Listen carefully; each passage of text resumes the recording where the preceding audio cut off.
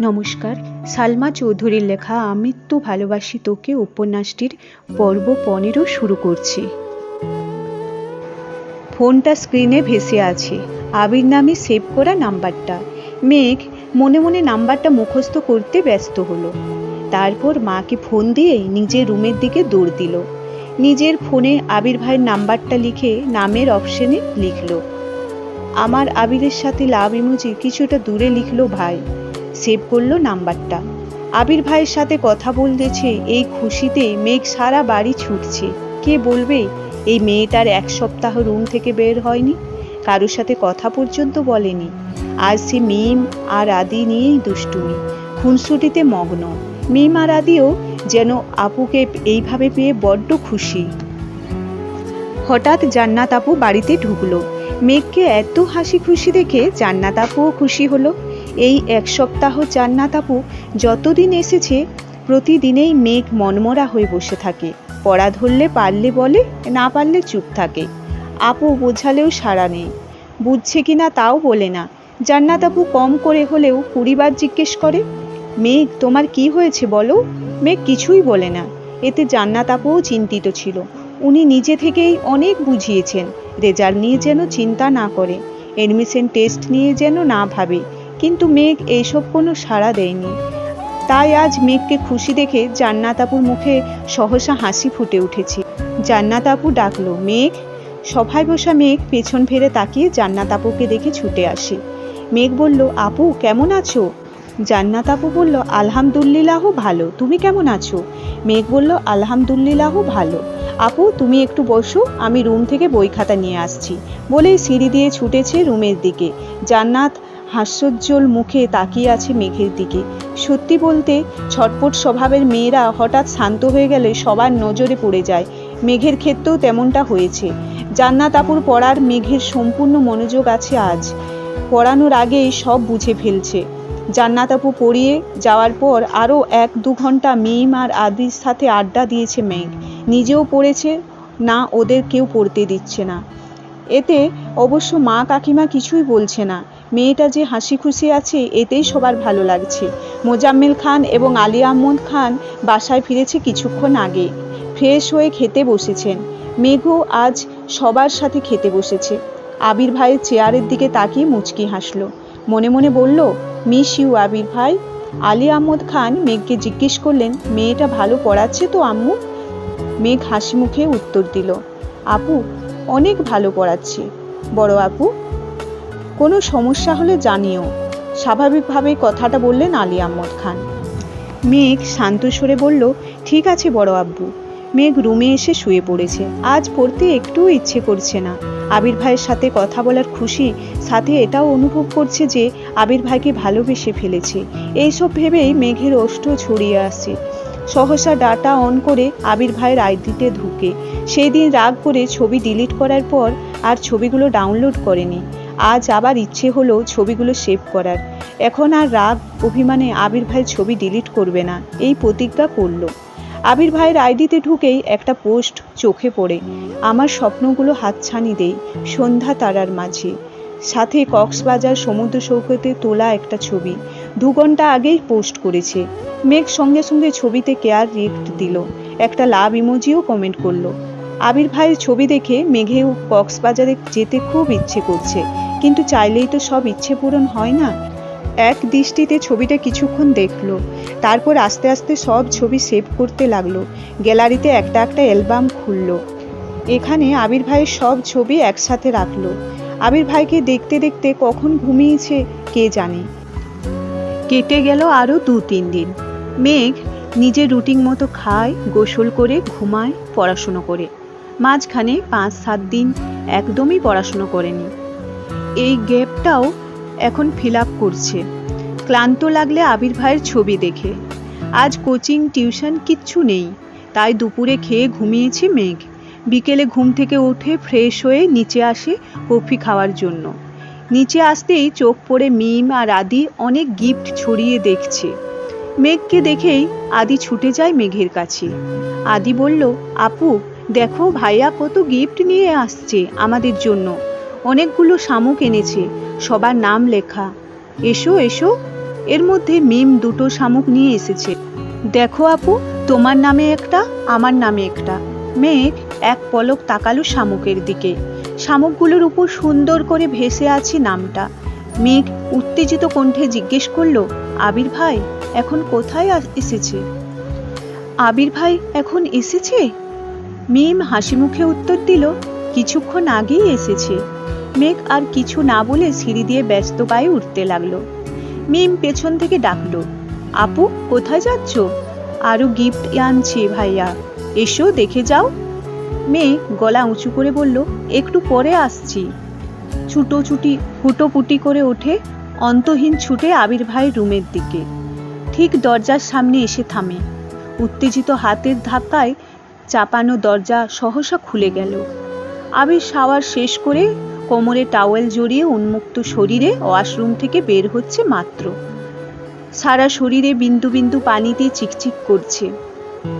প্রশস্ত বুকের লোমগুলোতেও পানি জমে আছে। চুল থেকে টুকটুক করে পানি পড়ছে। মেঘের দিকে নির্বাক চোখে তাকিয়ে আছে আবির। মেয়েটা এলোমেলো চুলগুলো উড়ছে এদিক সেদিক। এই কয়েকদিনের অষ্টাদশীর মুখটা মলিন হয়ে গেছে, গায়ের রংটাও কিছুটা চেপে গেছে। গভীর দৃষ্টিতে তা পরখ করতে ব্যস্ত আবির।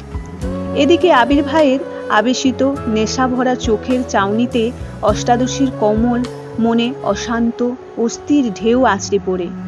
মনে হচ্ছে শিউর, আইলা, জলোচ্ছ্বাস সব কিছু একসাথে হানা দিয়েছে। এতদিন পর প্রিয় মানুষটাকে দেখেছে, তাও আবার এই অবস্থায়।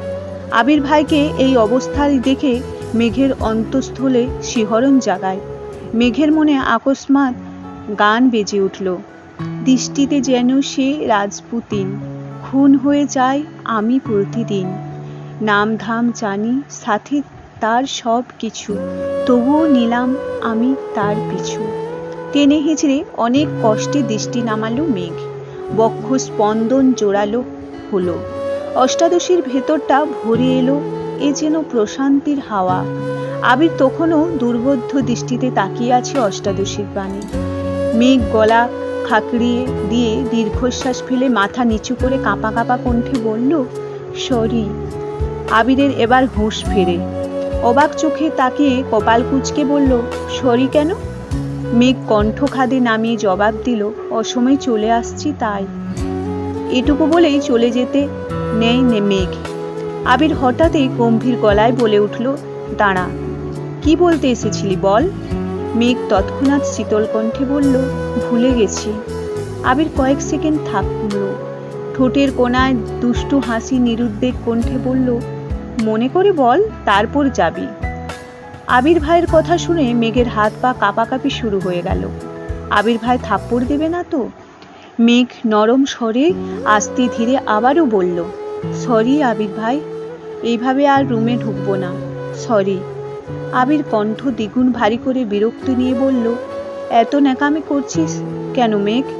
তুই কি চাচ্ছিস এখন আমি চিৎকার করে বাড়ির সব মানুষকে জড়ো করে বলি, ও মা গো, ও বাবা গো, মেঘ আমার সর্বনাশ করে ফেলেছে, আমায় খালি গায়ে দেখে ফেলেছে, এখন আমার কি হবে? আবির ভাইয়ের মুখে এমন কথা শুনে মেঘ হাঁ করে তাকালো আবির ভাইয়ের দিকে। আবির ভাইয়ের খালি গা দেখে মনের ভেতর পুনরায় উথাল পাতাল শুরু হয়ে যাচ্ছে। মেঘের সমস্ত গায়ে স্রোতের মতো শীতল হাওয়া বয়ে যায়। তৎক্ষণাৎ মাথা নিচু করে ফেলল মেঘ। আবির শক্ত কণ্ঠে আবারও বলল, আমি মেয়ে না যে আমায় এই অবস্থায় দেখে ফেলছিস বলে মান সম্মান চলে যাবে। তুই কি বলতে আসছিলি সেটা বল। মেঘ এবার মাথা নিচু করে কাঁপা কাঁপা গলায় আস্তে আস্তে বলল, আপনাকে দেখতে আসছিলাম। আবির ভ্রু কুঁচকে তাকালো। তৎক্ষণাৎ বলে উঠল, দেখতে এসছিলি? দেখ, খোঁজ নে আমার, এত ফর্মালিটি করছিস কেন?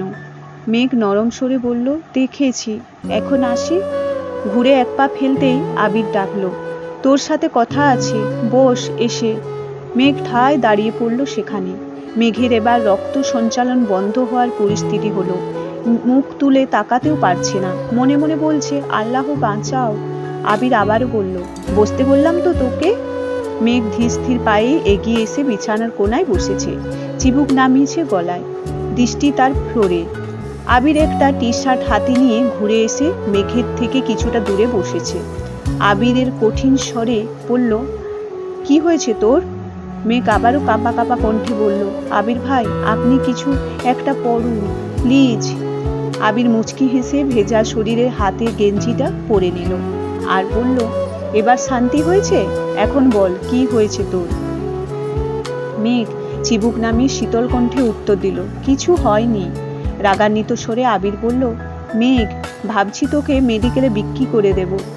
মেঘের সংকীর্ণ মুখটা আরো বেশি ছোট হলো। নিভু নিভু চোখে তাকালো আবির ভাইয়ের দিকে। পাতলা অধর নেড়ে বলল, কেন, আমি কি করেছি? আবির অভিভূতের ন্যায় নিষ্পলক চেয়ে রইল মেঘের দিকে।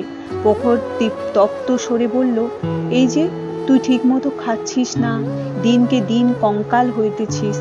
তোকে এই বাড়ি রাখা থেকে মেডিকেলে রাখলে বেশি কাজে দেবে। কণ্ঠ ভিজে এলো মেঘের, নেত্রদ্বয় টলমল করছে। কাঁপা কাঁপা গলায় বলল, খাই তো আমি। আবির এবার সরু নেত্র তাকালো মেঘের চোখের দিকে। নেত্রযুগল টইটুম্বর হয়ে আছে, পল্লব ফেললেই পানি গড়িয়ে পড়বে গাল বেয়ে। আবির দীর্ঘশ্বাস ফেলে বলা শুরু করলো, এই কয়দিন না তুই ঠিকমতো খেয়েছিস আর না তুই ঠিকমতো কোনো কাজ করেছিস।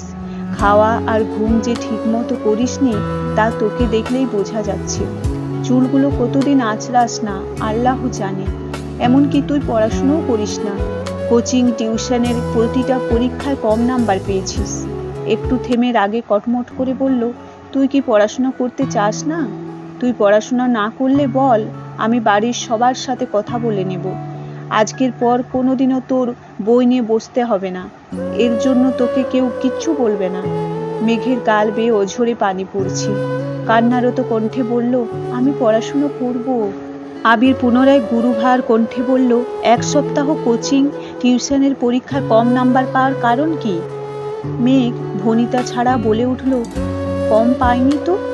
আবির দাঁত চেপে কণ্ঠ দ্বিগুণ ভারী করে বলল, আমার সামনে অন্তত পক্ষে মিথ্যা বলিস না। প্রতিটা 30 মার্কের পরীক্ষায় তুই 12, 15, 20 পেয়েছিস। এগুলো কি খারাপ মার্ক না? এই মার্ক পেলে তুই জীবনে চান্স পাবি? মেঘ আকস্মাৎ আবির ভাইয়ের দিকে তাকায়। আওয়াজবিহীন কান্নায় গাল বেয়ে গলায় এসছে অশ্রুধারা। ভেজা কণ্ঠে অবাক চোখে তাকিয়ে বলল, আপনি কিভাবে জানেন? আবির উদ্বেলিত ভঙ্গিতে তাকিয়ে আছে অষ্টাদশের পানে। শক্ত কণ্ঠে বলল, মেঘ, আমি তোকে ছাড় দিয়েছি, ছেড়ে দিইনি। তুই কি ভাবছিস তোর কোনো খবর আমার কাছে নাই? তোর কোচিংয়ের পরিচালক আমার স্কুল ফ্রেন্ডস। তাছাড়া তোর নাম্বারের পাশে গার্ডিয়ানের যে নাম্বারটা দেওয়া কোচিংয়ে, সেটা আমারও নাম্বার। তুই পরীক্ষায় কত পাস, তোর কবে কি পরীক্ষা, সব মেসেজ যেমন তোর কাছে যায় তেমনি আমার কাছেও আসে। তোর টিউশনের স্যারও আমার পরিচিত। তুই যেদিকে পা দিবি সবটাই আমার দখলে। তাই মিথ্যা বলা, কোনো কিছু লোকানোর চেষ্টা কখনো করিস না। মেয়ে গাহমুখের মতো তাকিয়ে কথাগুলো শুনল। দুরু দুরু বুক কাঁপছে। উদ্গ্রীব চোখ দুটো লম্বা চওড়া মানুষটার মুখের দিকে। কান্না থেমে গেছে। গালে পানির দাগ স্পষ্ট।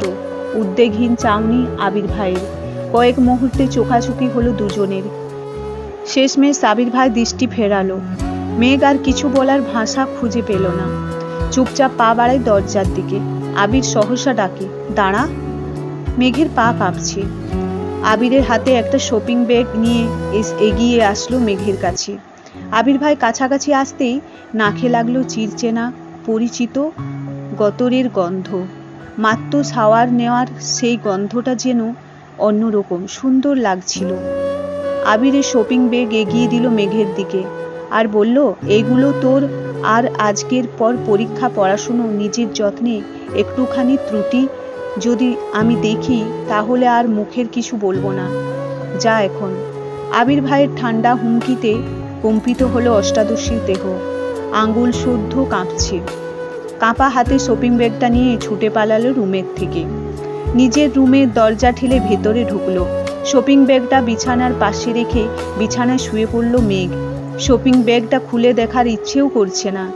ইচ্ছের থেকেও বড় বিস্ময়, সেই শক্তিটা পাচ্ছে না।